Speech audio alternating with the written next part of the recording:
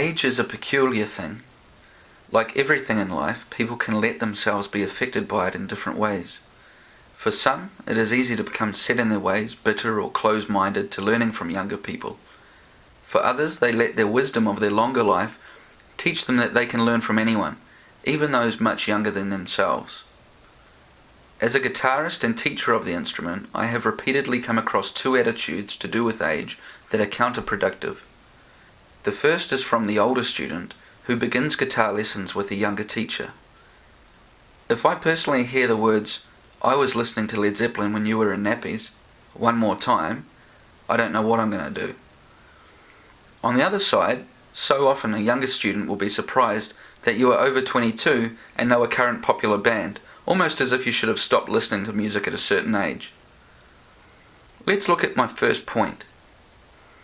For those of you over 50, please do not discount a guitar teacher because of youth. How old were Pink Floyd when they released Dark Side of the Moon? Yes, there are a lot of Sid fans among us, but let's just use Dark Side as an example. Well, Roger Waters was 30 and David Gilmour was only 27. Ray Davies wrote You Really Got Me when he was 17.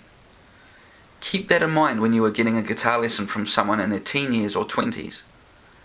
When you presume that because a teacher doesn't have wrinkles means that he or she does not have experience, you are judging them in a way that you probably do not like to be judged yourself. You are blocking a lot of chances to learn valuable information. Recently I was the guest artist at Guitar Association of New Zealand. One of its members, who was in his 80s and still gigs weekly, John Croft, asked me when I arrived if I'd mind jamming with him on one of his songs. He said that he'd come along that night especially to see me play, and announced over the microphone to the audience that it was a real honour for him to have me play on his track.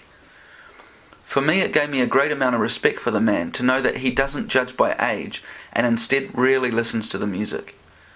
After all, as I always say, music has no age or skin colour. The chairman of the Guitar Association is a former student of mine. When he first came to me, he told me numerous times that he was too old to be in bands, but I could see that he really would have liked to. He jammed a bit when he was younger.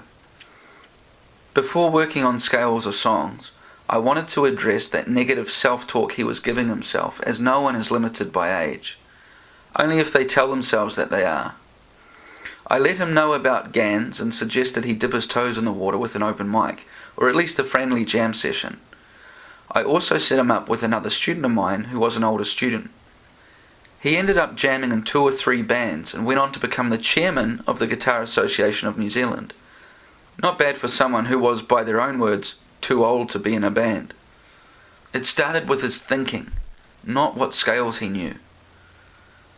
To address the second point I made earlier in this column, if you are younger, you can learn a lot by not instantly judging an older player for things like being bald or wearing a suit or having a few wrinkles.